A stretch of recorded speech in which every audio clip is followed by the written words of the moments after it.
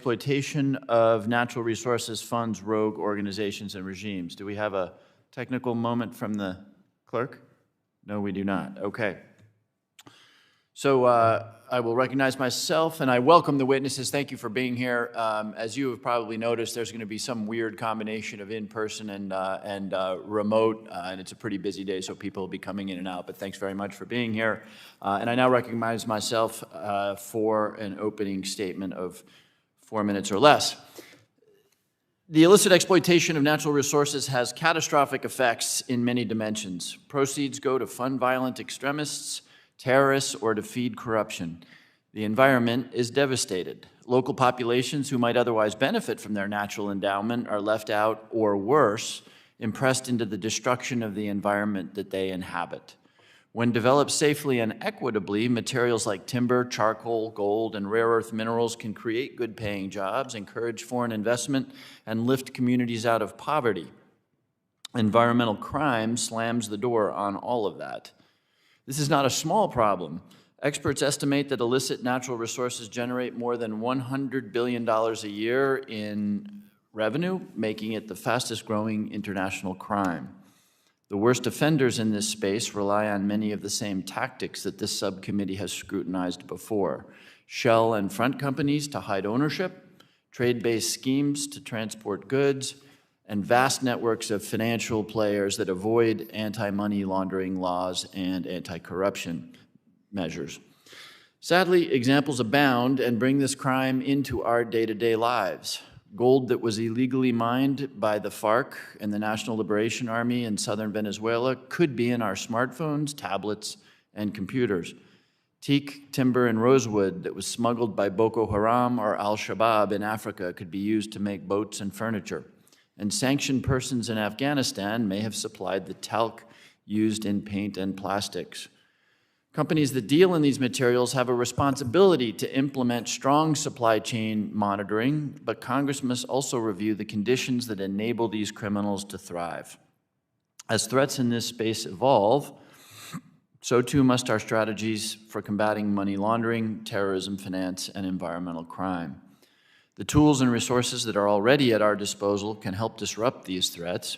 Banks, NGOs, and international law enforcement agencies play a role in identifying illicit flows and tracking criminals. But despite many improvements in detection and reporting systems, natural resource exploitation remains a lucrative and booming industry for terrorists and criminals. We need to discuss how we can improve legal remedies, refine information sharing, and encourage the private sector to implement standards that recognize risks and suspicious behaviors. Our methods of financial negotiation need to adapt.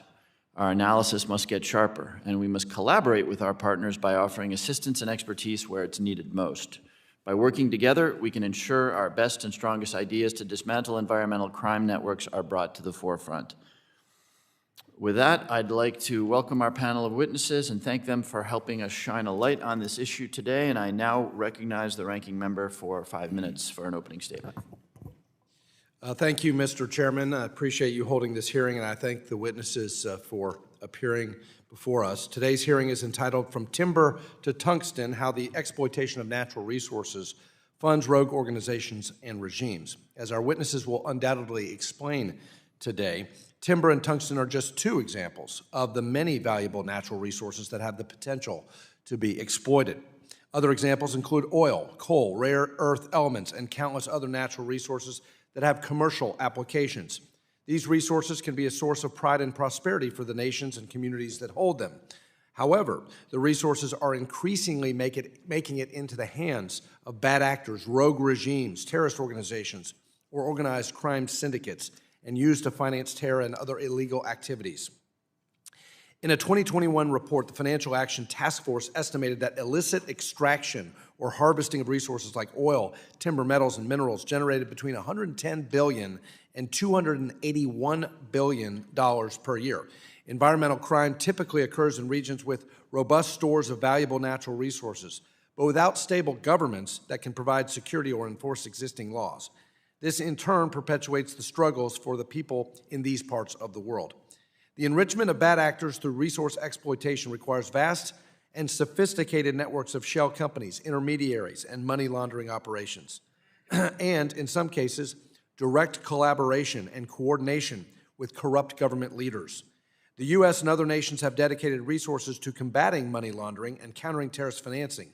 But today's hearing will inform us where the gaps remain, what more we can do, and the possible long-term strategic consequences of illicit resource extraction by our adversaries.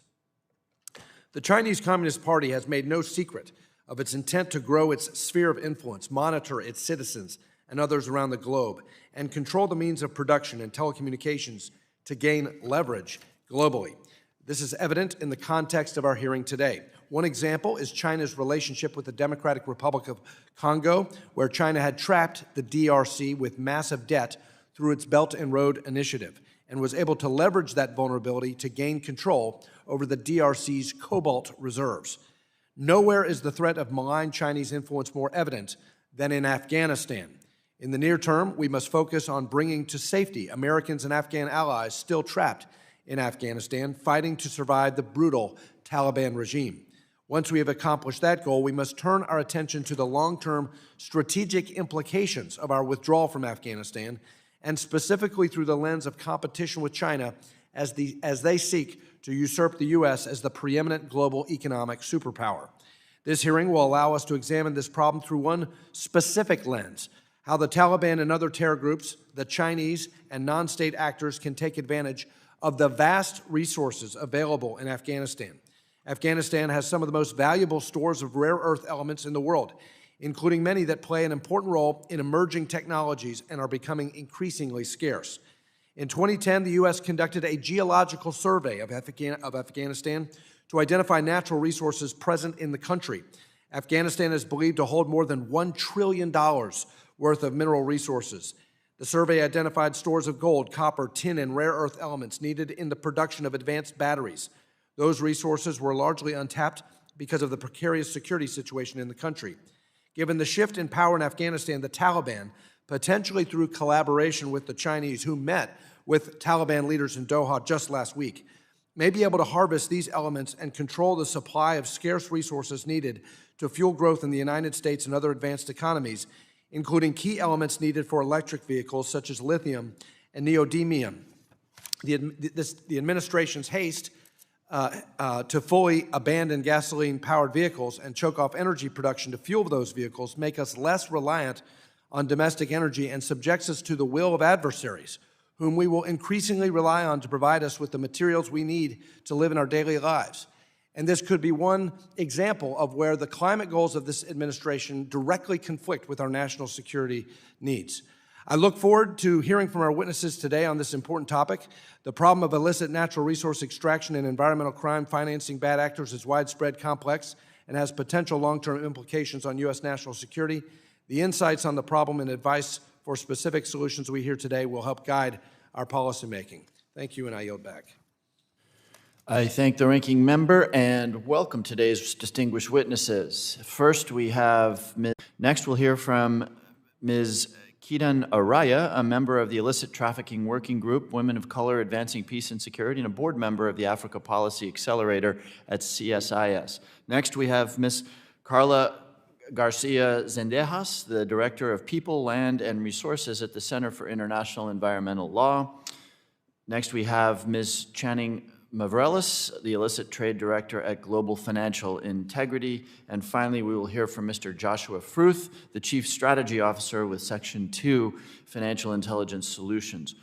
Witnesses are reminded that their oral testimony will be limited to 5 minutes. You should be able to see a timer on the desk in front of you that will indicate how much time you have left. I would ask that you be mindful of the timer and quickly wrap up your testimony once your 5 minutes have expired so that we can be respectful of both the other witnesses and the committee members' time.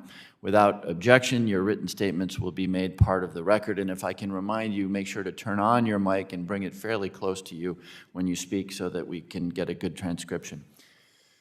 Ms. Miles, you are now recognized for 5 minutes to give an oral presentation of your testimony. Good morning, Chair Himes, Ranking Member Barr, and members of the subcommittee. It's an honor to be here today before you to discuss resource crime and its intersection with organized crime. My name is Kathleen Miles, and I'm the Director of Analysis at the Center on Illicit Networks and Transnational Organized Crime, and the CEO of Exarca, an information company that tracks money and influence in politics. At both Syntalk and Exarca, I work on uncovering how various illicit networks generate revenue.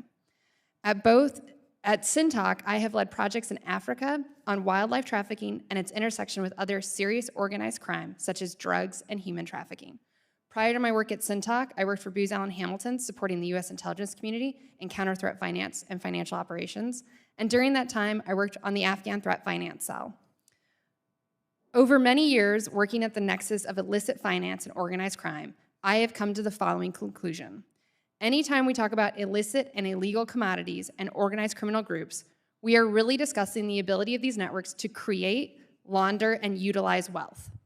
Today, I'm going to discuss two topics: natural resource trafficking and why illicit actors increasingly exploit this lucrative crime sector, and solutions going forward. At Syntalk, we've discovered the criminal supply chains are typically commodity agnostic. In other words, they operate the same way, whether they're moving timber, drugs, or people. Additionally, illicit organizations function the same as commercial firms, constantly working to maximize competitive advantage and profits. Natural resource crime allows illicit networks to diversify revenue sources while reducing risk and keeping profits high. Additionally, criminal actors are less likely to get caught, and if they do, they face lower penalties than compared to other serious crime like drug and human trafficking. In a 2016 investigation in Tanzania, I was tracking the network of a high-profile Iranian operative and businessman. This individual and his network operated front companies that provided cover for drugs and ivory shipments. His network also used his corrupt political influence to secure uranium mining rights for a Russian company. By helping to procure the mining rights, this Iranian individual made more money and posed a greater threat to U.S. national security than the drugs he was also trafficking. Natural resources create a particularly difficult problem for law enforcement. At the most basic level, a major problem is simply the lack of knowledge and the ability to identify which shipments are legal and which are not. While illicit drugs are high priority for law enforcement who receive requisite training, access to experts, and specialized education, their understanding of natural resource trafficking is oftentimes spotty and inconsistent, even in cases when these resources are worth more than the drugs on the illicit market. This inconsistent training means natural resources can literally hide in plain sight and be used to commingle assets. If we want to thwart illicit finance, we need to take a more holistic approach, looking at the business enterprise of the network and not leave money on the table. If you remember one thing I have said today, please let it be this: transnational crime organizations operate like any other import and export business. Their focus is on moving products from one place to another as efficiently as possible, and they do not move just one commodity. However, our law enforcement system is organized by commodity. From DEA to ATF to Fish and Wildlife Service, enforcement officials are siloed by their authorities, expertise, and commodity. In order to be more efficient, our law enforcement teams ought to work to understand the entire range of goods smuggled by each network they target, and then work to disrupt the systems that enable that network. Systems like social media platforms that facilitate organized crime. Syntalk's research has uncovered organized crime groups using Facebook to market and sell illegally sourced timber, elephant ivory, and even plots of land in the rainforest. This is just the tip of the iceberg. There are dozens of other groups engaged in resource crimes operating on Facebook, Instagram, and other platforms. Social media platforms provide a space for organized criminals to meet, market, and sell goods that is global, ungoverned, and largely anonymous. As Congress debates how to reform the laws governing cyberspace, I implore you to consider reforms to Section 230 of the Communications Decency Act that would remove the liability shield for tech platforms that host and enable criminal commerce. This cannot wait. We are already seeing how wildlife markets on social media platforms are accelerating the extinction risks of iconic and endangered species. Syntalk and our partners at the Alliance to Counter Crime Online recommend the following changes: stripping immunities for hosting terror and serious crime content, putting the onus on tech firms to monitor their platforms, regulating that firms must report crime and terror activity along with the full data of the users who uploaded it to law enforcement, appropriating resources to law enforcement to contend with this data. Distinguished committee members, if it's illegal in real life, it should be illegal to host it online. Thank you for inviting me to speak today.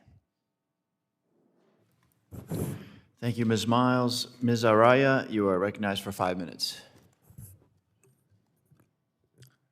Chairman Himes, Member Barr, and distinguished members of the committee, thank you for inviting me today to speak at this critically important hearing. My name is Kiran Araya, and I come here before you as someone who has researched and spent time listening to communities who have been negatively impacted by illicit natural resource governance in Africa. My expertise lies in illicit timber trafficking in Africa, but my testimony today will offer insight comparable to a variety of resources that are illicitly traded on the continent. Africa is often considered the continent with the highest concentration of natural resources, but also the continent with some of the highest rates of illicit capital trade. The United Nations estimates that every year nearly $89 billion of illicit capital leaves the continent. The African Development Bank estimates that the overall economic impact is $120 billion per year for the illicit trade of natural resources specifically. Corruption and bribery are key drivers of what sustains illicit trafficking of natural resources and bolsters its existence. Illegal trade exploits governance weaknesses in countries across the supply chain and a lack of enforcement of laws and at ports in those countries. Natural resources often reside in impoverished local communities, oftentimes rural, where individuals are recruited to illegally extract resources with usual promises of steady income or development. Illicit trade of natural resources also takes advantage of a lack of corporate transparency and resource traceability in Africa. The financial crimes committed resulting in lost tax revenue throughout the illicit trade of natural resources in Africa deserves attention. For example, tax evasion from gold in Africa alone was valued at an estimated $40 billion according to a United Nations report. The bribery and corruption that continues to fuel the illicit trade can often be cash-based or through gifts, making it difficult to trace. Africa stands out from other continents in that an overwhelming percentage, some estimate up to 95% of all transactions are made in cash. There are various financiers and beneficiaries of illicit natural resource trade, including corrupt regimes and terrorist and/or armed conflict groups. Such an example can be seen in the Gambia, West Africa. Yahya Jammeh, the former president of the Gambia, was reportedly involved in running an illicit timber trafficking cartel in the country. During 2014 to 2017, an estimated $163 million worth of timber was illegally exported from the Gambia into China, with most of that considered to be conflict timber imported from neighboring Senegal, found in territories controlled by a local terrorist group. Terrorist groups in Somalia and Mozambique have also reportedly used the illicit trade of natural resources such as charcoal, timber, and precious gems to finance their trade to varying degrees. It is important to note that illicit crime also robs individuals and communities of their ability to earn a fair living. Illicit trade is a term that we throw out there, but we need to remind ourselves that this is a transnational crime. It is dangerous activity, and the presence of this crime keeps communities in cycles of poverty, insecurity, and instability. I have spoken with young people who told me they got involved in the fight against illegal deforestation after witnessing the lack of opportunity in their communities drive their friends to seek out dangerous, often deadly migration journeys for a better life. If these young people can risk their safety to speak out against illicit trade, sometimes in the presence of violent, corrupt, and very powerful entities, countries such as the US can surely step up to do even more to end illicit trade in natural resources in Africa.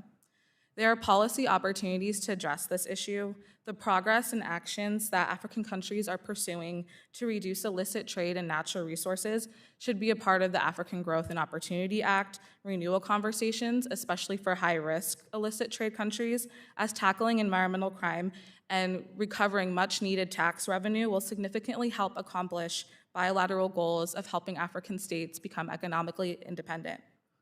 Aiding in anti-corruption efforts abroad and clearly communicating that the policies such as the Global Magnitsky Act expand and apply to high-level individuals who are involved in facilitating environmental crime could also be helpful. The U.S. can also bolster climate adaptation financing and local community development projects while encouraging international bodies to do so in helping out communities who have been harmed environmentally and economically by illicit natural resource extraction. Illicit trafficking of natural resources in Africa benefits from being in the shadows and not oftentimes discussed. I hope today can play an important role in changing that. Further analysis can be found in my written testimony. Thank you for your time today. Thank you, Ms. Araya.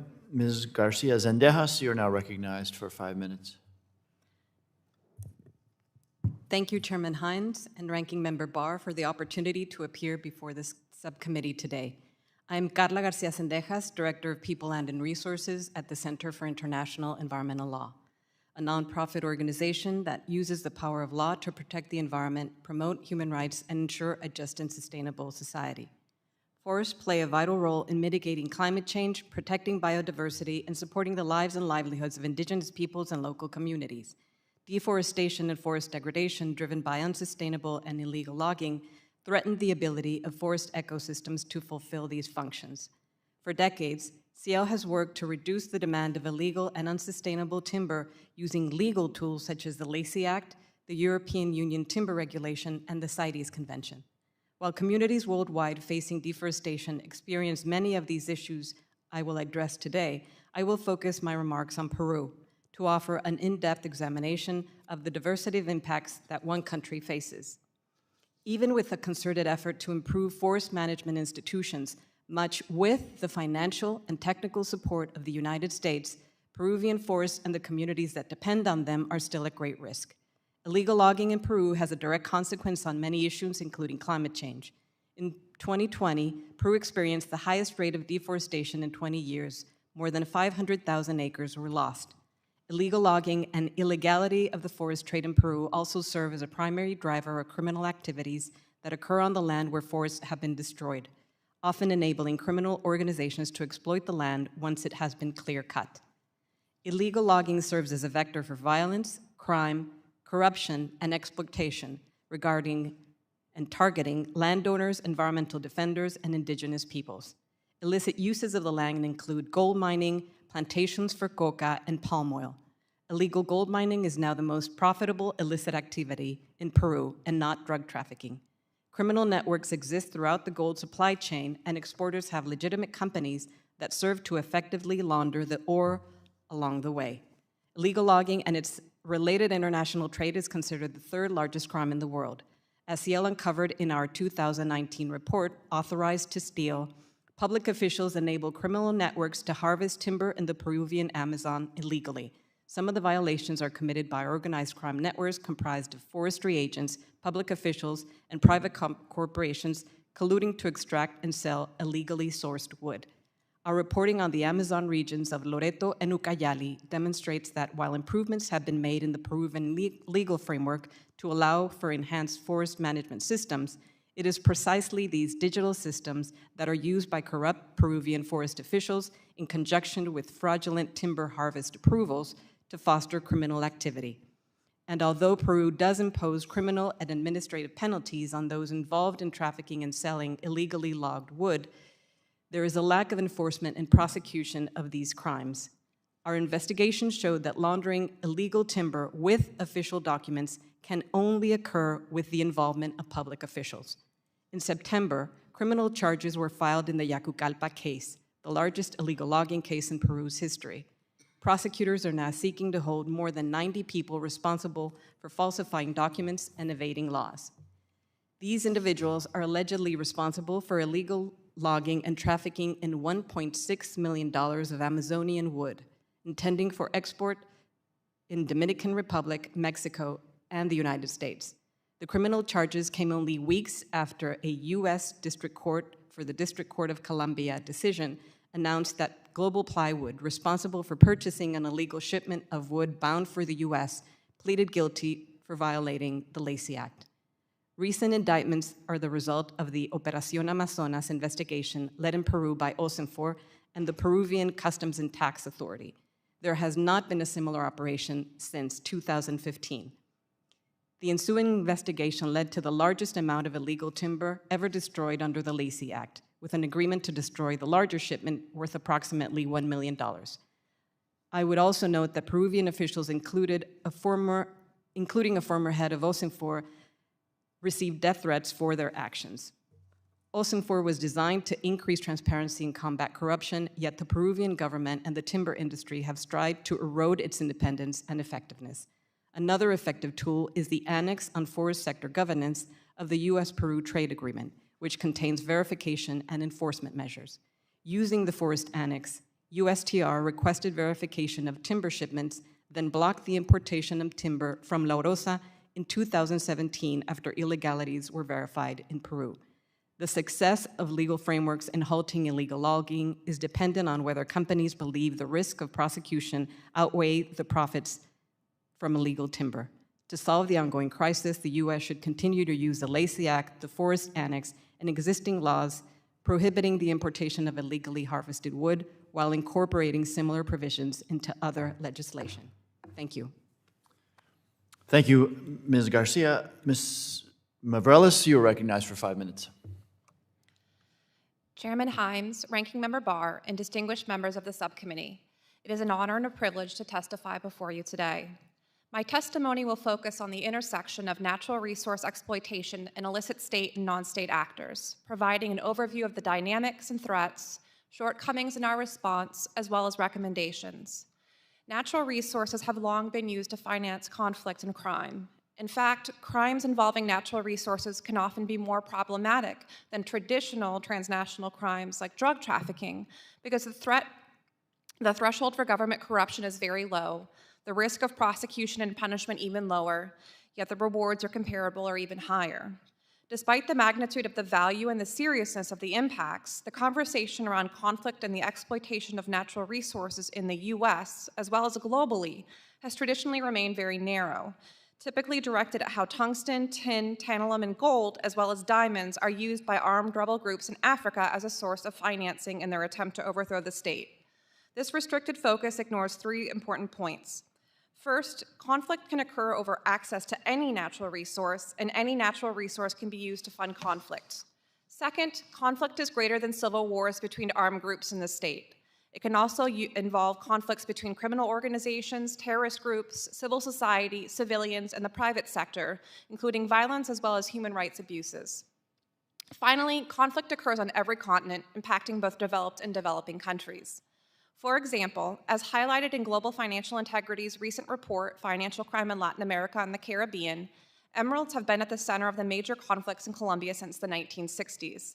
The industry is mired with high-profile assassinations, the use of armed groups by emerald magnates to protect their interests from state and non-state actors, as well as mines and mining companies owned by major drug trafficking organizations. For Equatorial Guinea, natural resources play an overwhelmingly large role in the economy, as well as financing the Obiang regime's looting. While the Minister of Agriculture and Forestry, now First Vice President Teodoro Ngema Obiang, had a government salary of $4,000 per month. However, during an 8-year period, he spent more than $300 million on luxury real estate, vehicles, and goods. These funds came from enriching himself off the country's natural resources, specifically forcing timber, oil, and gas companies which sought to operate in Equatorial Guinea to pay millions of dollars in bribes. Meanwhile, as noted by the State Department, the government continues to commit a wide range of significant human rights abuses. Research by Secure Fisheries and the UN Security Council has shown that IUU fishing by foreign vessels in Somali waters, primarily vessels from Iran, Yemen, and Southeast Asia, is fueling public anger and perpetuating conflict, including piracy. Additionally, the Global Initiative Against Transnational Organized Crime has identified a potential overlap between the vessels, operators, owners, and agents involved in IUU fishing in Somalia and arms trafficking from Iran to Somalia and Yemen. It is extremely important to stress that transnational crime, including the exploitation of natural resources, is not just conducted by transnational criminal organizations. As illustrated in the examples above, state actors such as rogue and kleptocratic regimes, as well as non-state actors including armed groups, terrorist groups, and private sector businesses also play a pivotal role in engaging in, facilitating, and perpetuating these activities. The Financial Action Task Force recent report on environmental crime highlighted what many of us in this community have known for a long time, that corruption, trade-based fraud, shell and front companies, as well as gatekeepers play a significant role in both facilitating these crimes as well as laundering the related proceeds. The use of natural resource exploitation as a funding source, either directly or indirectly, clearly allows rogue actors and their regimes to continue their activities and further entrench their power while generating conflict. There is also a serious threat to U.S. businesses, as natural resource supply chains often provide poor visibility, presenting serious risks to the businesses and financial institutions directly and indirectly involved. Transparency in the sourcing of natural resources, particularly critical minerals, is also important to ensure the resiliency of American supply chains. Additionally, exploiting natural resources controlled by rogue regimes and actors presents huge financial and reputational and legal risks to businesses and investors. Similarly, it can create an unfair business advantage, as those companies that illegally produce and or trade in natural resources have lower input costs.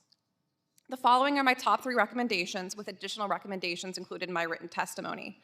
First, expand Section 1502 and reissue Section 1504 of Dodd-Frank to encompass a wider geographic and species commodity focus. Second, FinCEN should interpret other similar entities in the Corporate Transparency Act to the broadest extent possible. Finally, Congress should extend BSA AML obligations to gatekeepers that are currently uncovered or exempted, in particular legal professionals, company formation agents, accountants, and real estate. Thank you, and I look forward to your questions. Thank you, Ms. Mavrellis. Mr. Fruth, you are recognized for 5 minutes. Chairman Himes, Ranking Member Barr, distinguished members of the committee, I'm honored to appear before you today to discuss how environmental crime in Afghanistan will enable China to choke off supply chains, fund terrorists with attack ambitions, and how to employ humanitarian assistance and interagency soft power policy options to mitigate these threats. I'm co-founder of Risk Consultancy Section 2, but I've spent my career in the intelligence community, law enforcement, and banking compliance fields as an AML director. I'm here today as a private citizen. From 2018 to 2019, I deployed as a DoD contractor assigned to the DEA, embedded with U.S. Special Operations as the lead counter-threat finance advisor to 2 successive commanding generals of NATO Special Operations in Afghanistan, Major Generals Buck Elton and Chris Donahue. On November 1st, General Elton and I co-authored a white paper that serves as the basis for my testimony today and was submitted into the record. We argue there's 2 types of environmental crimes in Afghanistan with national security implications, including the drug trade and Chinese mining of rare earths. The Taliban have been involved in the opiates business for decades, but the Afghan drug trade recently changed for the worst. Around late 2017, the Taliban discovered a plant in the mountains of central Afghanistan comprised of highly pure ephedra, which is used in the production of amphetamines. Within a year, they developed an industrial-scale crystal methamphetamine production infrastructure and earned more operating revenue than they had in the past 20 years in the heroin business. In mid-2019, a major U.S. and Afghan partnered operation destroyed the Taliban's methamphetamine trade, but they've since reconstituted that capability. At the end of that assignment, I authored a white paper for U.S. Central Command on post-drawdown threat finance solutions, available by request to members at a higher classification. Without global recognition or access to frozen funds, the Taliban could consolidate, professionalize, and industrialize the drug trade and become the world's largest drug cartel and narco-terror state. Worst case, they could align themselves with Mexican cartels due to their mutual Chinese interlocutors supplying precursor chemicals and money laundering services. The drug trade has killed more Americans than the war on terror, and it's likely those profits will be used to fund additional attacks. Under the protection of a narco-terror state supported by foreign intelligence agencies, armed with American weapons, and funded by drugs and Chinese mining operations, U.S. officials are correct in their assessment that ISIS-K and al-Qaeda may have the capability to attack the homeland in just 6 to 12 months. They may exploit our porous southern border undercover as refugees, fleeing Afghanistan's humanitarian crisis. Without positive identification, pockets of ungoverned spaces emerge for terrorists to exploit poor population resource controls and develop U.S. operating bases for attack planning. The most serious environmental issue in Afghanistan is a hybrid threat financial facilitation network built around China extracting rare minerals. We assess they've incentivized Pakistan to manage and pay off Afghan terror groups to mitigate risks to mining. Afghanistan is known as the Saudi Arabia of lithium, with 1.4 million metric tons of rare earths worth over $1 trillion. Many of these are used to produce lithium-ion batteries for electric cars. Neodymium is used in magnets that dramatically extend the driving range of EV batteries. On September 21st, Commerce initiated an investigation into the national security impacts of neodymium magnet imports. If China gains control of Afghanistan's neodymium, lithium, cobalt, and dysprosium deposits, it threatens the American auto industry as we rapidly transition to electrification. China's undercutting us in other rare earth markets, and our domestic deposits can't keep up with our demands. We import 80% of our rare earths from China, but only 23% of our oil from the Middle East. OPEC accounts for 40% of the world's oil, while China represents 75% of global lithium-ion battery cell capacity, compared to America's 7%. If China seizes Afghanistan's rare earths and Taiwan's semiconductor industry, it could choke off technology supply chains for military, diplomatic, and trade leverage. Beijing's expanding their space, land, and sea-based telecommunications infrastructure and flooding the market with Huawei and ZTE hardware. Once they control the rare earth source materials, emerging technologies, hardware, and 5G infrastructure, they can collect intelligence on end users around the world, while concurrently controlling the information environment to China's benefit. We provided policy recommendations in the white paper for how to employ non-combat interagency authorities and capabilities to counter these risks. However, these solutions are contingent on evacuating the estimated 14,000 U.S. permanent legal residents, Afghan SIV allies, and underserved population groups. We face a ripe environment for high-value hostage-taking and humanitarian abuses and anticipate that China and Pakistan may use these matters as negotiating leverage to weaken our disruption efforts. Failure to act could also diminish our credibility with partners and surrogate intelligence networks who we need to execute these objectives. We recommend leveraging medical and food aid to facilitate evacuation operations, thereby avoiding direct terrorist financing, while also reminding the Afghan people how sharply our values contrast with those of the Taliban. While our combat mission is over, our national security challenges in Afghanistan have only just begun. We can debate the merits of our past decisions at any time, but there's only one time to resolve the issues of the present, and that time is now. Thank you, Mr. Fruth. I now recognize myself for 5 minutes of questions. Ms. Miles, let me start with you. I was intrigued by your proposal of removing Section 230 protections. There's obviously precedent for that with respect to prostitution. My first question about that is, given the vast array, we've heard a lot of examples here today, if we could snap our fingers, which we can't, but if we could snap our fingers and remove the civil liability protection in 230 for trade in illicit goods, would we be talking about a very substantial attack on this trade, or would it be marginal? We believe it to be pretty substantial. We see a lot of connection between organized crime groups across different continents, whether they're in South America, messaging and working with people in Africa or Asia. We believe that by attacking the systems that are social media that help to propagate this crime, we would have a pretty substantial impact on the overall crime networks. And the social media platforms are much discussed lately here. I wonder if you could anticipate what their objections would be in this narrow realm, and whether or not you believe those objections would be meritorious. I mean, obviously, we've done this before, so I'm just wondering, like, what would that dynamic look like with the platforms? I think the platforms are concerned about opening up liability. They don't want to be sued every time someone sells a joint on Facebook. And so we can keep the liability tailored to say serious organized crime, people engaged in moving metric tons of drugs, people engaged in human trafficking. These are serious crimes that we can all agree on to mitigate liability from smaller crimes that are harder to police on the platform. I would also say that I think Facebook in particular spent a lot of time talking about how much they were dealing with organized crime on their platform.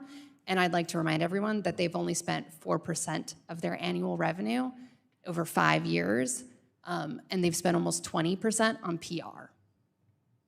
Thank you. I appreciate that. Question for Mr. Fruth to start with, but then I'll open it up. I happen to sit on the Select Committee on Intelligence as well, and I wonder, I'll start with Mr. Fruth because it may be most direct experience, but open it up afterwards. Inasmuch as their activities are visible, is the intelligence community sufficiently focused on this threat? And let me expand it beyond the intelligence community to include law enforcement. We haven't heard a lot more about what the IC and law enforcement could do in addition to what they're doing today. Mr. Fruth?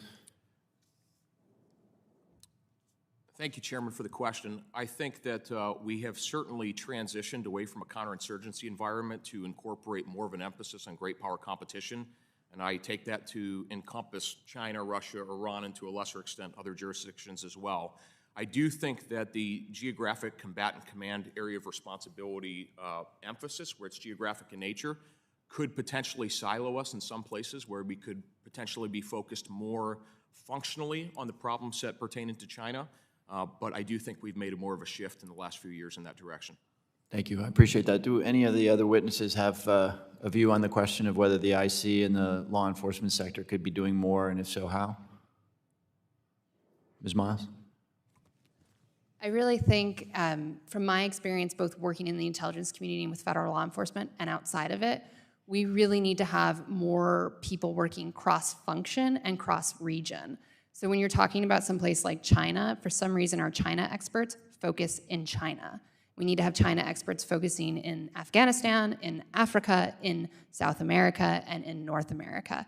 By bringing and marrying functional and regional experts, we can have a more holistic approach at dealing with the problems. Thank you.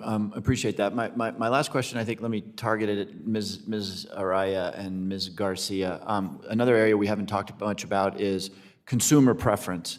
We see consumers really driving change in areas like electric vehicles and that sort of thing. What can we do, narrowly speaking, Congress, and I point at you because you talked about things that go into consumer products like wood, that sort of thing. What can we do as Congress, or what can we do more broadly as a society to really raise the awareness amongst consumers about how they might participate in tamping down this trade?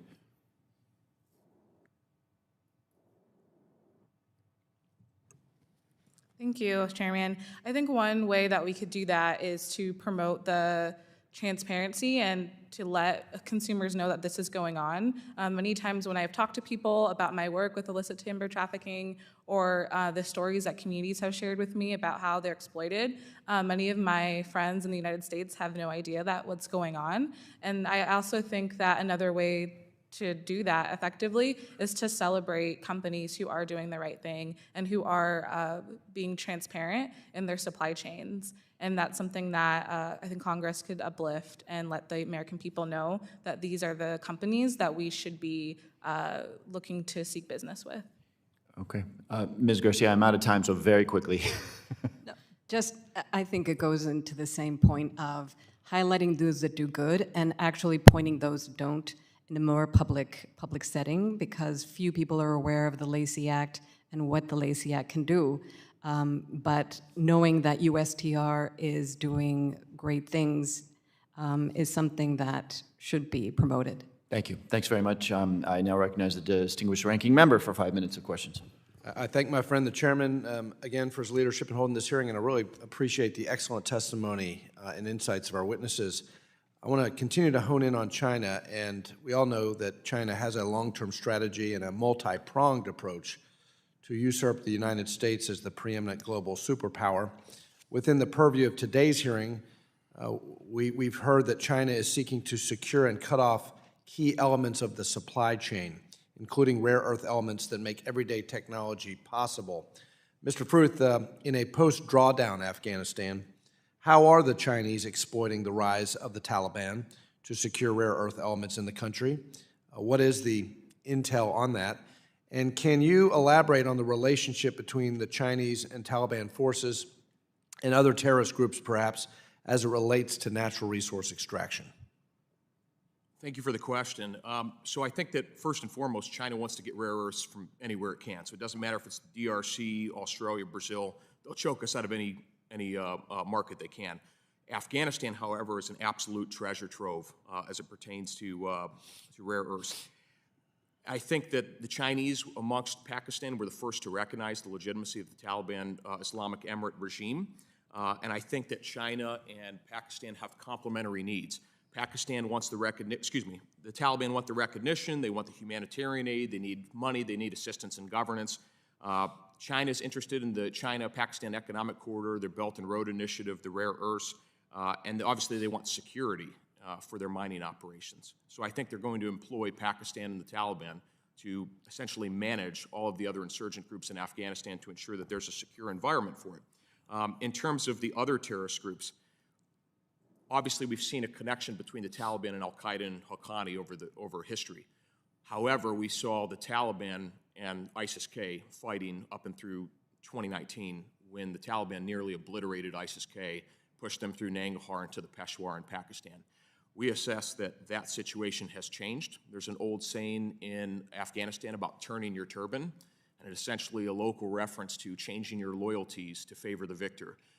We in the West oftentimes simplify these groups, but there's a lot of gray areas in Afghanistan. A lot of ISIS-K members may actually be working as proxies for the Taliban right now. Let's talk about electric vehicles and rare earth in that context. Afghanistan is home to key deposits of lithium and neodymium, two key elements in the creation of batteries for emerging technology, including EVs. With the fall of the Afghan government and China's likely emerging partnership with the Taliban, they will be able to harvest and exclude from the market key stores of these materials. Again, Mr. Fruth, what is the impact that this might have on the U.S. auto industry, specifically in the context of a growing shift to electric vehicles? Well, a couple things. I think, number one, transportation is one of our 16 components of critical infrastructure. So I think the most immediate concern that I have is the supply chain issues. If they can choke off the market and hold the American auto industry hostage, that could apply negotiating leverage and other policy matters. I think beyond that, I'm worried from a cyber security perspective about vulnerabilities that could emanate from China making components that go into these vehicles, particularly as they make gains in the autonomous and quantum and AI fields. Well, this is what I meant when I was saying in my opening statement that the national security strategy of abandoning Afghanistan could be in direct conflict with the administration's climate goals and move toward EVs. But let's talk about the geology of Afghanistan really quickly. The United States has conducted geological surveys of Afghanistan, identifying stores of valuable natural resources. Mr. Fruth, I recognize you're not a geologist, but you have focused on great power competition, including as it relates to China. What might be the impact if those U.S. government geological surveys become available to the Taliban and or the Chinese if they engage in partnerships with the Taliban for resource extraction? Thank you for the question, and thank you for the point that I am not a geologist or a scientist. But I would say that effectively it improves the conditions for China to exploit Afghanistan's rare minerals. They're mapped better. I think the airfields have been improved dramatically in the 20 years that we've been there. They can pull copper from Mezainik. They can pull gold and rare earths from Ghazni, Kandahar, Nimroz, Herat. And then they can drive down from Nimroz and Farah. They can drive down the Pakistan-Iran border to the port of Gwadar for international shipping, or they can just go through Badakhshan as part of their Belt and Road Initiative into China. My time's running out, but in the white paper you allude to collaboration with the Pacs. Can you elaborate on Pakistan's goals through the relationship with China and Afghanistan? Sure.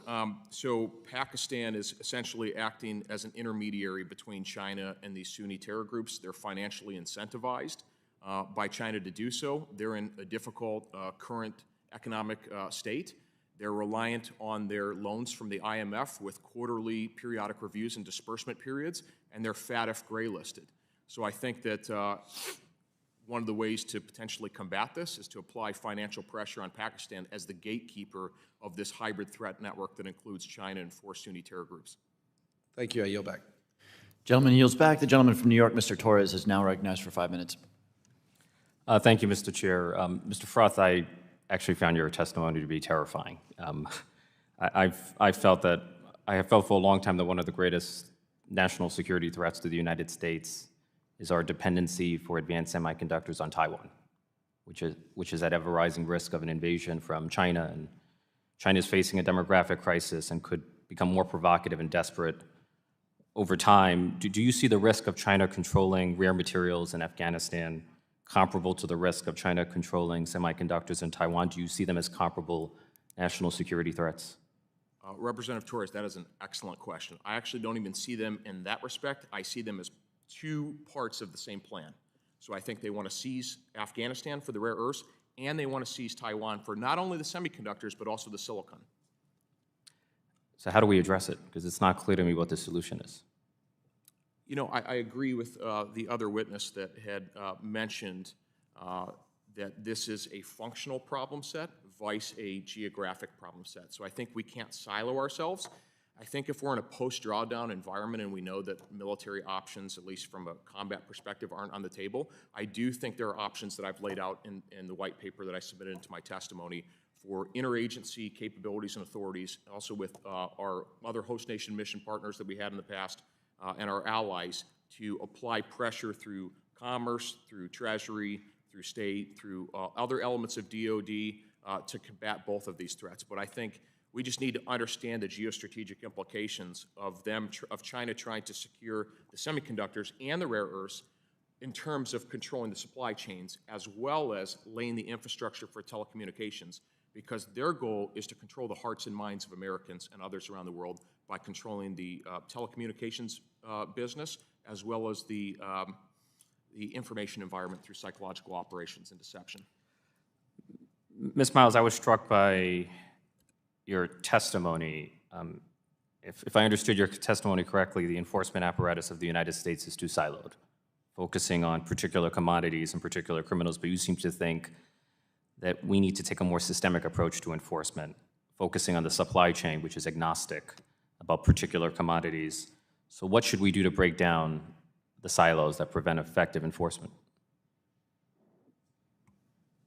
Thank you so much for your question.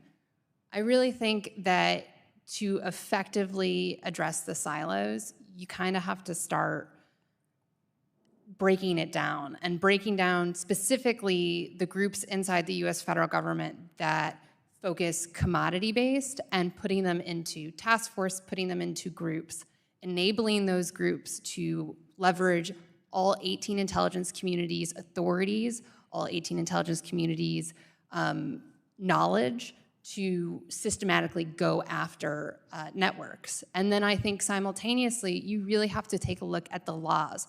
So strengthening some of the banking laws around transparency and strengthening the laws around tech. I mean, we are seeing a globalization, especially on social media platforms, of organized crime. And if we don't get our hands around how these groups are interacting with each other in cyberspace, we're never going to be able to combat them. But it sounds like we need either a new entity or an interagency task force specifically focused on illicit natural resource extraction because it spans across multiple jurisdictions, enforcement jurisdictions. Yes. Okay. Ms. Mavrellis, there can be a direct line that runs from illicit natural resource extraction to international supply chains to the shelves of U.S. retail stores. If you're an American business and you become aware that your supply chains are entangled with illicit natural resource extraction, what are your legal obligations? And what happens when you fail to meet those legal obligations? And a third question would be, are most businesses are even aware of their entanglement with illicit natural resource extraction? Thank you for the question. I'm going to address your last question first. I think you have to recognize that there's those businesses that knowingly choose to do this, and there's those that don't really understand what they're getting involved in. And so what I would recommend is it's based more for terrorism, but the Customs Trade Partnership Against Terrorism, the CTPAT program, could be really well used and expanded to looking at natural resource supply chains. It requires businesses in the US who want to have essentially kind of a preferred status with CBP to introduce due diligence programs. They recently introduced regulations or requirements to have trade-based money laundering programs within these companies to better understand that, hey, if I'm selling a good overseas and I'm getting payments in cash for this, or I'm getting payments from third parties, this is a red flag indicator. So I think there's a lot more we can do from the private sector side, as well as, from kind of the CBP side, from the USTR side, in terms of promoting these programs for businesses that use or engage in natural resources. Gentleman's time has expired. The gentleman from Ohio, Mr. Davidson, is recognized for 5 minutes. Thank you, Chairman. Thank you to our witnesses, and really I appreciate the focus on China in particular. Ms. Miles, your construction is so important and frankly would be so relevant here in Congress. Often we focus in silos or committees of jurisdiction instead of focusing on problems.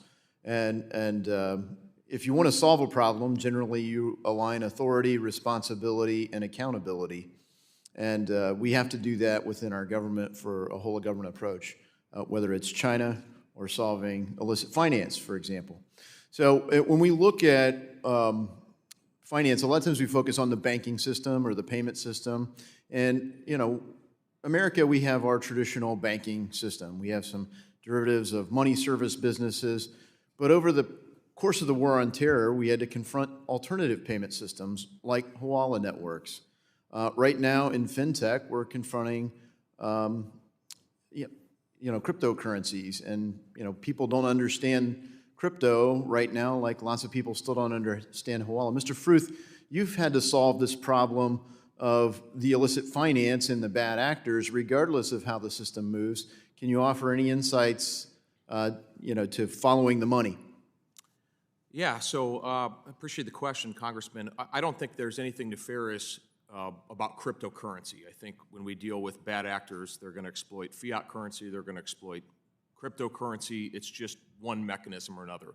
I will say that we are seeing cryptocurrency be exploited by both transnational criminal organizations as well as terrorist groups. Thinking back to August of last year, DOJ announced over 300 cryptocurrency wallets associated with ISIS, Al-Qaeda, and Hamas. Of course, we know that ISIS-K and Al-Qaeda are present in Afghanistan. They have external operations attack ambitions against the West.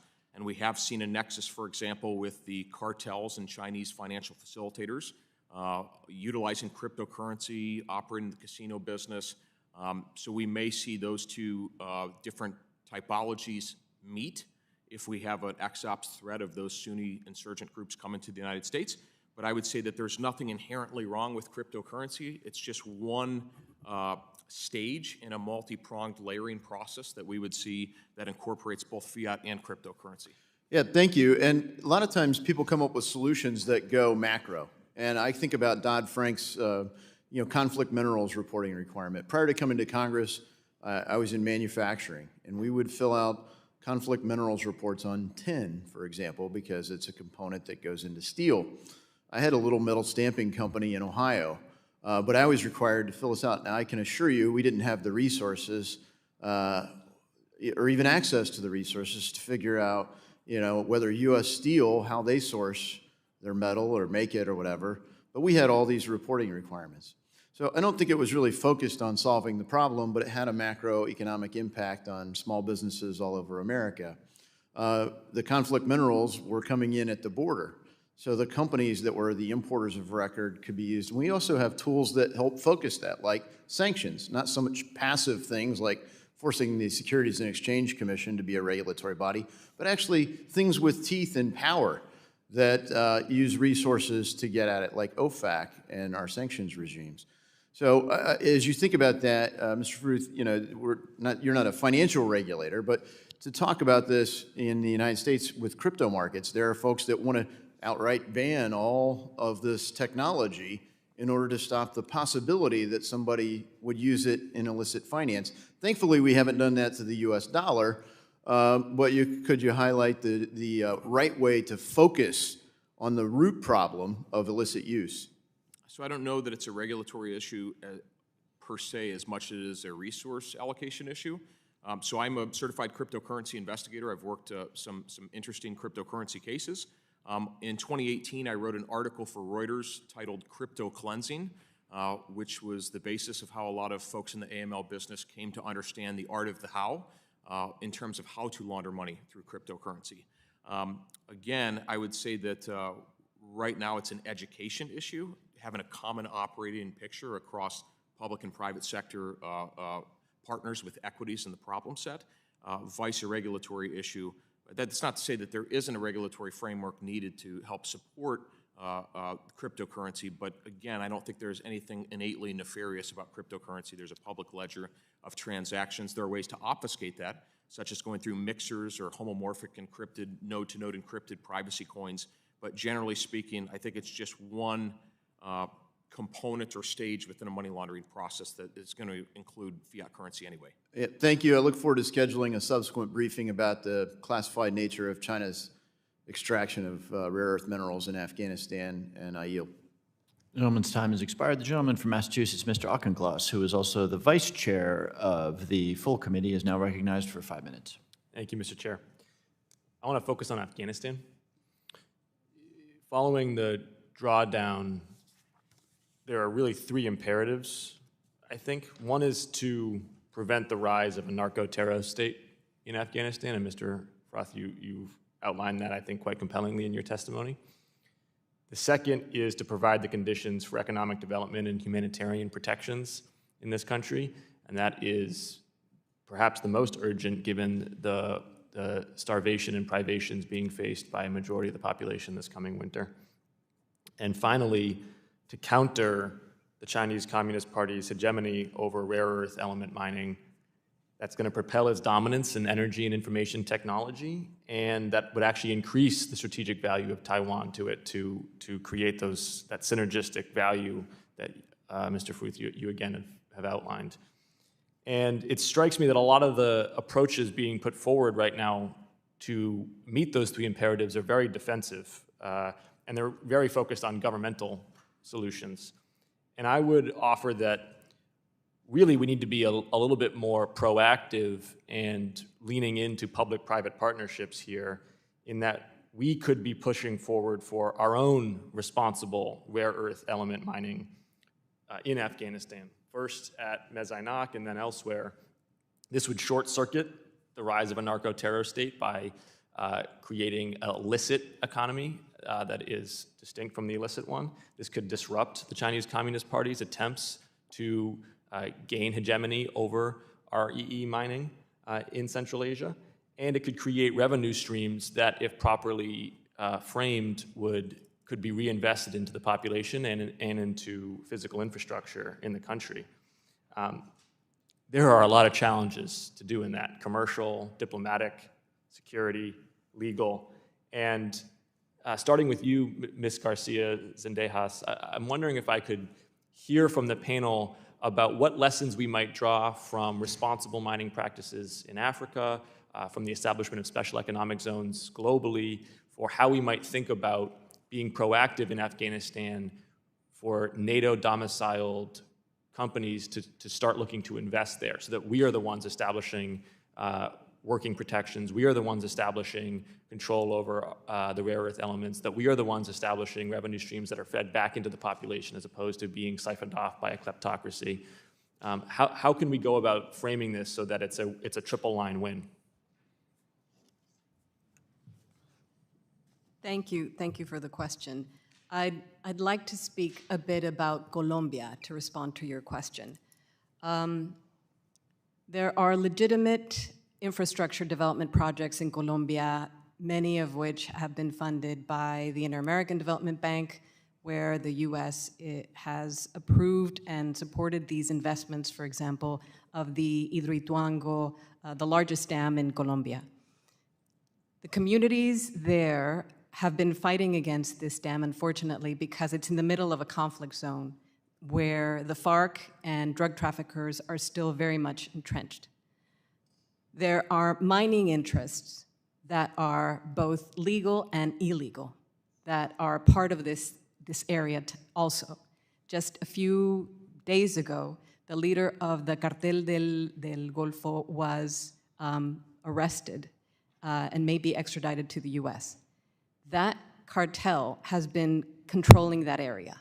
So they have been supporting and trying to kill indigenous and environmental defenders and who oppose this dam project and who oppose legal projects. So what's the lesson for Afghanistan from this? The lesson for Afghanistan is that even with legitimate development projects, if you do not take care of assessing the contextual risk in the situation, you will only exacerbate the situation of human rights violations. So there needs to be a solid ground where communities and all of the risks that are in place are assessed and due diligence is required. So any public-private partnership can come into a somewhat stable situation. In the final 20 seconds, Mr. Fruth. I don't think there's any chance that China and Pakistan allow us into Afghanistan to engage in any type of mining contracts. Yield back. Gentleman yields. The gentleman from Texas, Mr. Williams, is recognized for 5 minutes. Thank you, Mr. Chairman. Every question I get from my constituents regarding national security has to do with the Biden administration's disastrous Afghanistan withdrawal. In order to satisfy their arbitrary deadline, we rushed out of the country without any cohesive strategy. American soldiers lost their lives. American citizens are still stranded in the Taliban-controlled capital, and we left military equipment in the hands of a deadly terrorist group. We surrendered all of our leverage that would allow us to monitor the Taliban's activities as they look to rebuild and monetize their drug networks to carry out attacks across the globe. So it was an inexcusable blunder that will be a stain on President Biden for the rest of history. Mr. Fruth, my question is, given your experience on the ground in Afghanistan, I want to get your thoughts on this debacle. And can you describe what you think the long-term national security consequences will be from these actions? Thank you for the question. I think from my perspective as an intelligence professional, I'm just looking at the current state environment and the future state rather than looking backwards. I would say that I would concur that we need to get our folks out of country as well as our Afghan SIV allies. I think we also need to look out for disenfranchised and vulnerable populations in Afghanistan as well, so that in a future state, because we're not going to be there militarily, if we want to utilize all of our soft power interagency capabilities and authorities to deter the unholy alliance between China, Pakistan, and various terrorist groups in country, I think in order to do that, we need to make sure that a robust kidnap for ransom environment isn't used by our near-peer state adversaries as a means of negotiation that undercuts and undermines our negotiating leverage and disruption efforts. It seems like many of my Democrat colleagues want to turn a blind eye to the absolute disaster at the southern border that the Biden administration has caused, and I live in Texas. Over 2 million people have illegally crossed our country in 2021 alone, and we have no idea, absolutely no idea, how many others have evaded Border Patrol and are currently residing in our country illegally. Instead of trying to stop the surge of illegal entries into our country, Democrats are trying to incentivize even more people to come in. The Biden administration wants to pay an unbelievable, and possibly pay individuals, unbelievable amount of money, almost $500,000 each, that were separated at the border when they made the choice to enter the country illegally. This is more money than some of the families of 9/11 received, and it's disgraceful. There is also over $100 billion earmarked in the Build Back Better scam just for the legal immigrants, which would be paid for by raising taxes on small business. So instead of stopping the flood of people coming to our country, the Democrats are incentivizing more to show up. So, Mr. Fruth, again, can you talk about the national security implications of having the southern border as porous as it has ever been? Thank you for the question, Congressman. I think my main concern with the porous border isn't the 2 million people a year or what have you. It's the 400,000 to 500,000 people that CBP would call gotaways. So a gotaway is somebody that maybe we picked up on the camera and took a picture of, but we've never identified or spoken to them, and we don't know who they are. I think the popular misconception is that folks crossing the border, the migrants, are from 3 or 4 different countries. That's just not true.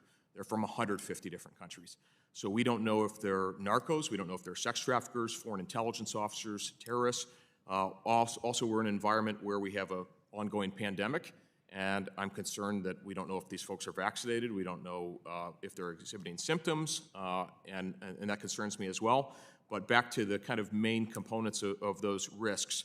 From a narcotics perspective, we know that we have a fentanyl murder epidemic in this country. It is absolutely a murder epidemic. It involves China and involves the Mexican cartels.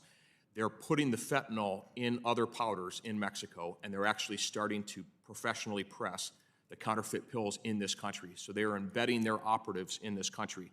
Just this past week, we've had an active ISIS threat here in Northern Virginia, just down the street where I live. So obviously I'm concerned about those folks crossing the border, particularly in light of the Undersecretary of Defense for Policy saying that they could be here in 6 to 12 months. I'm also concerned about sex traffickers. We know that folks that are crossing the border with the coyotes as smugglers oftentimes are forced to pay for their smuggling through debt, servitude, and sexual exploitation. And of course, we're concerned about foreign intelligence officers from a number of different jurisdictions penetrating our borders. How about that $500,000 going to people that are breaking the law? What do you think about that, quickly? Think it's a good idea? I don't have any feedback on that, Congressman. A lot of feedback. It's not good. I yield my time back. Gentleman yields. The gentlewoman from Pennsylvania, Ms. Dean, is recognized for 5 minutes. Thank you, Mr. Chairman. And I thank our witnesses for coming today and testifying before us. An issue that's close to my heart is protecting endangered and at-risk wildlife. I care a lot about elephant slaughter for the trade, the illegal trade of ivory and other wildlife trafficking. And therefore, I want to do anything we can to combat that. Ms. Miles, I'd like to start with you. How do criminal enterprises or rogue actors take advantage and profit from wildlife trafficking? And do they avoid law enforcement scrutiny of their operations through the trafficking of wildlife? Thank you so much for your question. Typically, in my experience, people who are trafficking wildlife, especially the people who are able to take elephant ivory off the continent of Africa and transport it across continents into Asia and into markets for selling, are organized criminals. and they don't care what's in the box, whether it's heroin or ivory. They have created corrupted pathways that allow them to bring illicit goods from the supply to market. I think when we really want to talk about how to solve the ivory trade issue, we have to be looking at where do these routes already exist? How are we moving drugs? How are we moving timber? How are we moving every other resource and attack the network across every single commodity that they are trafficking? So we have to check and understand the routes, interfere, disrupt the routes, and the network that is going on. Yes. In addition to that, just last week, I led a letter with a bipartisan group of my colleagues urging the Japanese government to close the country's domestic legal ivory market. So I'm hoping that part of the solution would be to stop the marketing at other countries and other locations. One of my gravest concerns is that the legal ivory market complicates enforcement efforts for illegal ivory poaching by creating something of a gray market where illegally trafficked items are mixed in with legal items. Do you have a comment on that? Yes, we see that all the time, the commingling of licit and illicit goods. It works well to do it with ivory, but also with other items as well. Thank you. Ms. Araya and Ms. Zendejas, are there other instances where illegal wildlife trafficking are mixed into legal commerce because of the existence of an open market in a specific country? Maybe Ms. Araya first. Thank you, Congresswoman, for the question. Yes, there is, and I would like to use my time to also state that a key way to combat both wildlife trafficking and the mixture of licit goods with illicit goods is supporting African governments in fighting this crime. As many of my witnesses have stated, this is a transnational crime, and there needs to be work done, the countries that are demanding these resources, and there also needs to be work done in the countries that are exporting this. And we've talked about corruption and bribery and how that has made it a bit difficult for this trade to stop, but there are African countries that do want to do the right thing, and if the U.S. Could provide feedback and provide support. One example of that is Gabon, who is actually has ivory trade, has spoken out against forest crimes that are where traffickers not only deforest illegally the forest, but take away the ivory of the elephants. And so I think allowing those champions and to know that they're supported by the U.S. and to have a strengthened bilateral enforcement can also prove as an example to other African countries that this is possible, that they can receive this support, that they can stop this. And I think that will have a big impact, because if it's not allowed to leave the continent, then these transnational criminals don't have a business. I really appreciate your pointing that out, that there are countries of origin that want to interfere and disrupt this corrupt, illicit, illegal, and inhumane trade. Thank you for pointing that out, and of course the country of Gabon. Ms. Zendejas, did you want to add to the conversation? No, I don't have anything to add on that point. With that? Oh, I'm sorry. Yes. We did a report at Global Financial Integrity in 2018 looking at the illegal trade in great apes. And we saw a lot of issues in terms of particularly CITES permits being used. So you have, with the live animals, it's very easy to launder them into the trade, particularly when you have governments like Guinea that were providing them. But when looking at the whole supply chain, there are certain critical points that we need to target, definitely supporting what the other witness said in terms of keeping it on the continent. A lot of the times, looking at the trade in great apes, there were just 3 or 4 international suppliers that were perfect choke points to go after. Instead, we focus on either just the poacher or the people buying them. And I if you don't mind offline, The we'll gentlelady's time has expired. We'll take additional information for the record. Gentleman from Arkansas, Mr. Hill, is now recognized for 5 minutes. Appreciate that, Mr. Chairman. Nice to have this panel here. It's a good discussion. We've had several discussions on trade-based money laundering over the past few years. Oil fueled ISIS's murder throughout Syria and Iraq, and it took us 2 years. Gentlemen, we'll briefly suspend. I think your mic may be off, Mr. Hill.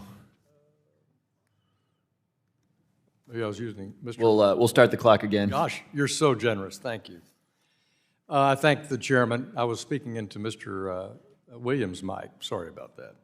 Well, thanks for the panel being here. We've had an effort to have trade-based money laundering at the forefront of this subcommittee for a number of years, including when it was just a task force. So it's good to have you back. Smuggling oil out of Syria and Iraq fueled ISIS and funded ISIS for years, and it was pressure from this committee and from others in the Congress that caused the Obama administration to change policy and interdict that oil before it crossed the border into Turkey. So we know how these commodities fuel bad actors around the country. I was in the Congo not long ago in Brazzaville, and we only have an embassy there that has 14 people in it. So for us to really do anything very significantly to aid in stopping deforestation in the Congo is challenging. And that trip to Africa reinforced, Ms. Araya, your comments about corruption. So it's hard for us to take actions here about interdicting terror finance or trade-based money laundering finance and transnational crime when it's the country's leadership themselves that's facilitating it. And that's endemic in all the continents of the world, but particularly, I would say, in Africa and Latin America. So, Mr. Fruth, quick question. Should we impose Magnitsky sanctions for trade-based money laundering in some of these countries of concern? Well, that's not for me to say, Congressman, but I think that there are a lot of different authorities and capabilities that we can utilize against these countries, their leadership, whether it be OFAC designations, whether it be State Department designations, whether it be commerce entity listing. I think there's a wide range of different capabilities that we can use, but certainly corruption is an issue, and it's an issue in Afghanistan as well. Yeah. We talked about there's no MLAT treaty with China. I think that was referenced in somebody's testimony. Can somebody talk about the value of having a legal treaty, extradition type treaty, MLAT treaty with a country? Does that speed up the ability of catching people engaged in trade-based money laundering? Ms. Mavrellis? It depends. We just completed a report looking at financial crime in Latin America and the Caribbean, and our chapter looking at money laundering, you know, it's really excellent to have that because it facilitates intelligence sharing, but there's a lot of issues in terms of two different types of legal systems, civil and common law, having to deal with each other. You know, they're talking with different languages, not just literally, you know, Spanish and English, but also different types of legal structures. And so there's issues communicating in terms of what level of evidence is needed. And it's hard sometimes for our partner countries to know what, you know, is sufficient evidence to, you know, get assistance from the U.S. I heard you reference conflict minerals, and of course in the Dodd-Frank Act we imposed an enormous costly regulation on public companies on conflict minerals. And I want to quote from the Washington Post. It says, the legislation signed into law by President Obama set off a chain of events that's propelled millions of miners and their families deeper into poverty. According to interviews with miners, community leaders, activists, Congolese, and Western officials, if Obama's law wasn't signed, the ban would not have existed. And it goes on to talk about the negative consequences of trying to use the public securities laws to tackle this problem. It's really been costly. I think it's overdone. I don't think that's the right right tool to use in this targeting. Should we consider a special SAR for trade-based money laundering, where we enhance, maybe go beyond the financial system on a suspicious activity report? Mr. Fruth, you're nodding. You have a comment on that? I'm a big fan of more boxes in the SAR form. So as a person, I don't know how many other folks here, but I've actually written SARs and I've also received SARs, so public and private sector side. And I'm a big fan of allowing more boxes on the SAR form so that by the time FinCEN actually receives that, we have a more detailed understanding of what the different threat landscape is and predicate sources of funds and different schemes. So I would absolutely concur with that. Is that the kind of thing you think that would enhance the public-private partnership that's been outlined today? I do. I think FinCEN is one of the most underutilized agencies within the U.S. government, and certainly an asset for law enforcement, the intelligence community, et cetera. So I think expanding out detail on those SAR forms, such as your suggestion about trade-based money laundering, is an excellent idea. Thank you for that. I'd invite the panelists to comment on that in writing to the committee. That would be helpful to understand your thoughts on the details of the partnership. I thank you for the testimony, and I yield back. Gentleman's time has expired. The gentleman from Ohio, Mr. Gonzalez, is recognized for 5 minutes. He's coming to us remotely. Thank you, Chairman Himes and Ranking Member Barr for holding this hearing, and thank you to our witnesses. It's certainly been an enlightening hearing so far, and I appreciate everybody's contributions and questions. Mr. Fruth, I want to start with you. In your testimony, you highlight that there's over $1 trillion worth of rare earth minerals in Afghanistan. We've talked a bit about that. About a decade or so ago, the Obama administration made a similar indication, but the reports at the time seemed to indicate that getting the proper mining infrastructure to properly access these minerals could take several years to establish. If China were to immediately insert themselves into the country now to begin exploiting the resources there, how quickly do you think it would take them to establish the mining capabilities in the country? Thank you for the question, Congressman. And as a fellow Ohioan, it's good to see you. I'm born and raised in Ohio. So first off, I'm not a geologist. I'm worked in the intelligence community over the course of my career, so I can't speak to that. What I can say is whatever our assessment was 10 years ago, I don't even know if that's the relevant qualitative factor that I would look at. It's more about what China's assessment is. China has prioritized drawing rare earths from Afghanistan. So however we look at the situation, the reality is that China has prioritized this. And whether it takes them 2 years to extract these minerals or 10 years, China is playing the long game. They're looking at the next decades. If they can control these rare earths, that's going to supply them with the critical components that they need for their emerging technology over the course of the next decade. So I don't know that it's so much a matter of whether it's a 2-year ordeal or a 10-year ordeal. The fact of the matter is if they secure these rare earths, they're going to extract them however much time it takes. Yeah. You know, I could tell by your brilliance that you must be from Ohio. So I'm just glad that you reminded me of that. But that being said, so the obvious follow-up to, I think, that question is, what should we be doing now to best prepare ourselves? How do we prevent China from taking those rare earths and securing that supply chain? And how do we prevent Afghanistan from basically being in a similar relationship status with China as North Korea is? Excellent question. So 2 parts.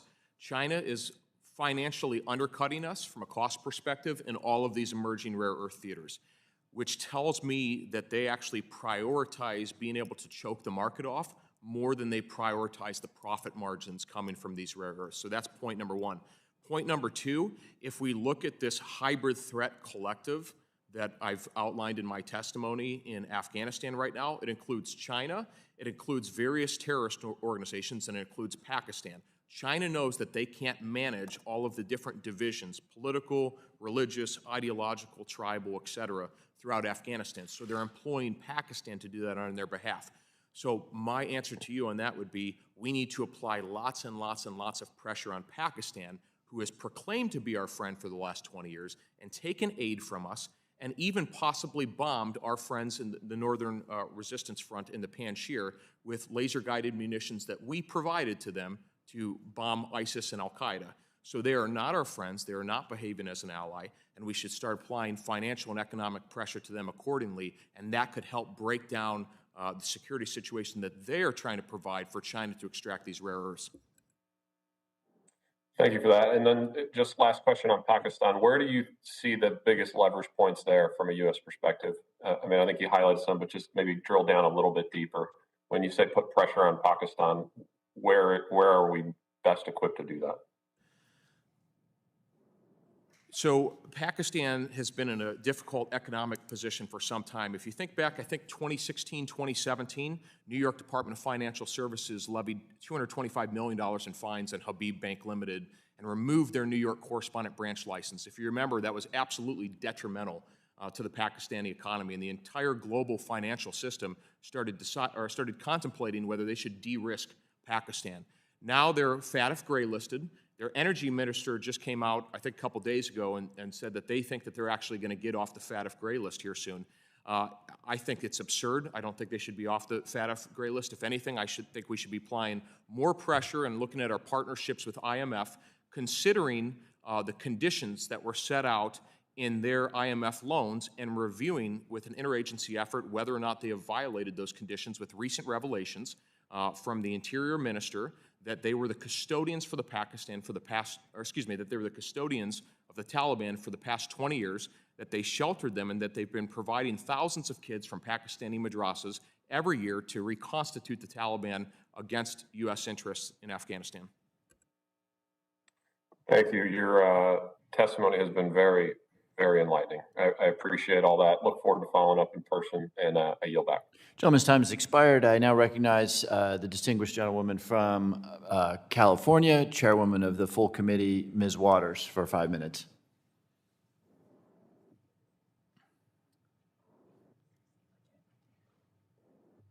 Should I go to session? I recognize the gentleman from Texas, Mr. Sessions, for 5 minutes, who's coming to us remotely. Yes, Chairman, thank you very much, and thank you also to our ranking member Barr. My question really, I think, is for Mrs. Yaha, if I pronounced that name correctly, or to anyone who is on this panel. But what I'm interested in, and I really want to follow up on the conversation about animals and poaching and the ability that we have to see the destruction of at least Africa and where these animals are indigenous to. And you have made a powerful recommendation in your testimony to expand funding of programs for the International Affairs Department, U.S. Fish and Wildlife Service, providing technical assistance and to use technology that helps. And I just wanted to talk about this because the problem that I see is yet in the funding packages that some of our colleagues have put out, they seem to not be able to distinguish between legitimate trade and the ability that we have to protect these people, animals from poaching. And I think the Department of Fish and Wildlife Service is important. And I'd like to hear that conversation that anyone in the panel may have about the funding levels.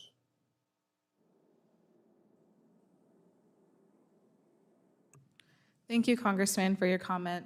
I can't provide comment on specific funding package, but I think it is very important for more funding to go towards U.S. agencies such as U.S. Fish and Wildlife, APHIS, even certain parts of the United States Department of State that are governing illicit trafficking because, as I mentioned before, there are governments, there are law enforcement in these countries who do want the help. They do want capacity building in order to detect different wildlife trafficking, different species of timber, different illicit goods, but they don't have the current capacity or knowledge or funding to do so. When I was on the continent, I actually met different guards, forest guards, wildlife guards, who said that they actually wanted to do more to curb this trade locally, but they didn't have the funds to do that, especially compared to many of these traffickers who are on the ground, who have weapons, who are considered to be violent.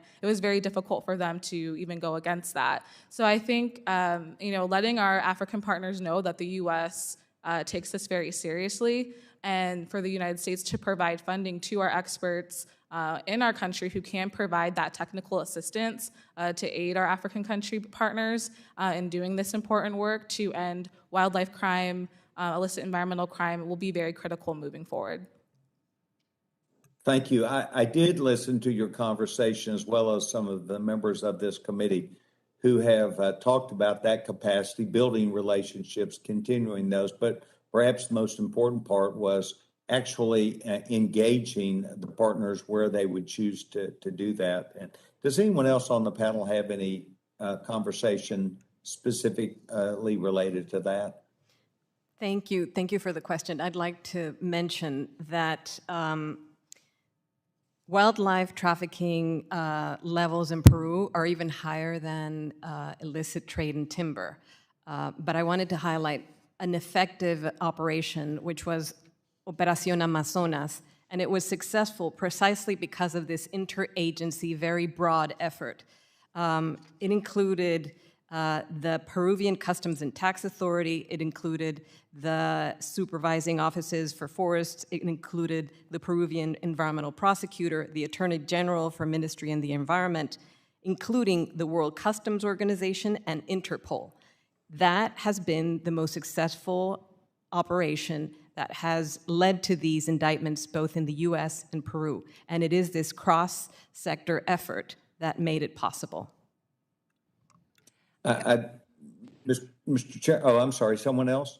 Yeah, I would just like to add, I think having and placing U.S. Fish and Wildlife Service staff, that's as being recommended in Preventing Future Pandemics Act, within for other governments and within other countries is extremely critical to sharing that knowledge and capacity building to those countries to help them know how to engaging investigations, particularly the financial side of the investigations. I think it's also important to involve the private sector, looking at things like United for Wildlife and the efforts pushed through there, involving the transportation sector, involving the financial sector, and educating them and involving them in detecting this and stopping this.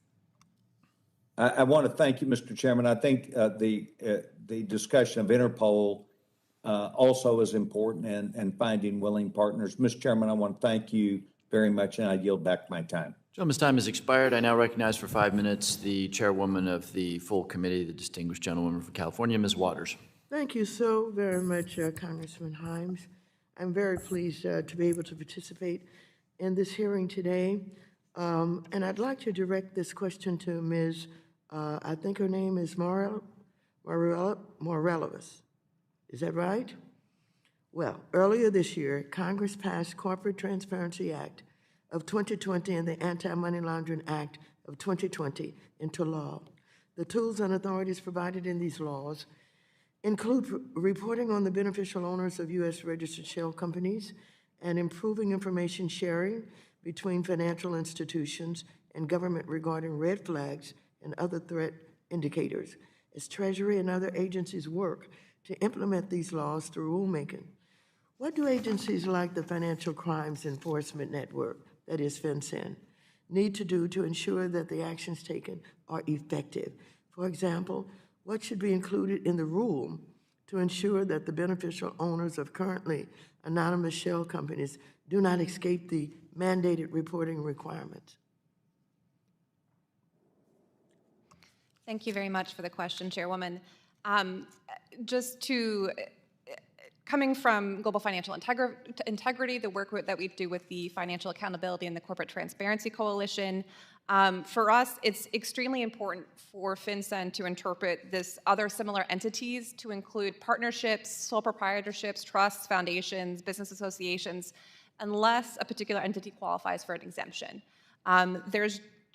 It's a difficult issue because you have states being incorporated, being registered at a state, or sorry, you have companies being incorporated at a state level, while all of this regulation going on is at a federal level. So having the widest definition possible really helps to make sure that no types of entities fall through the cracks. It also really tries to, keep the transparency objectives of the CTA, making sure that it's highly useful to law enforcement, to national security, intelligence agencies, as well as the financial institutions. And it helps to bring us into better compliance or into better harmony with our other allies like the UK and the EU. I also want to stress the importance of the financial institution information sharing. I think the FinCEN exchange needs to be promoted and really expanded to like what we see with other colleagues like the UK's Gimlet. They have working groups that they work together to put out papers to identify red flags. And I think we really need to work with financial institutions to encourage them to feel more comfortable sharing information between themselves.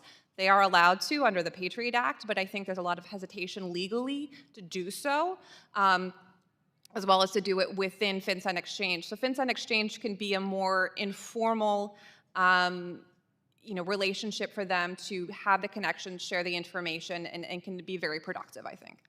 Thank you very much. And I think I heard part of that just as I was coming in about the kinds of interactions that could or should be taking place to help them to do their job. Are you aware of the need for additional resources for FinCEN? Absolutely. I mean, they have a huge mandate, and their staffing is about 300. And so significant amounts of resources need to go in, not just in terms of having good pay for the staffers, but having more human capacity to handle this. I think it's extremely important that they're able to accomplish this task. They're having to handle just a wide remit of different activities in terms of just thinking about the number of SARs and CTRs that they have to handle each year. Having the capacity to really evaluate them and getting actionable intelligence from them is just, you can put a price on it, but it's priceless to be able to do so. Well, thank you very much. And in working with my staff and with the chair of this committee, we have identified the fact that there is a need for additional resources, and we've made some moves, but this should be a bipartisan effort in order to get the resources that are needed to do what we expect them to do. So I thank you, and I yield back the balance of my time. The gentlewoman yields, and I believe this concludes our questioning. So I'd like to thank our witnesses for their testimony today and a very engaging discussion. Without objection, all members will have 5 legislative days within which to submit additional written questions for the witnesses to the chair, which will be forwarded to the witnesses for their response. I ask our witnesses to please respond as promptly as you are able. Without objection, all members will have 5 legislative days with which to submit extraneous materials to the chair for inclusion in the record. I remind members that written questions and materials for the record should be submitted to email at the email address provided to your offices. With that, the hearing is adjourned.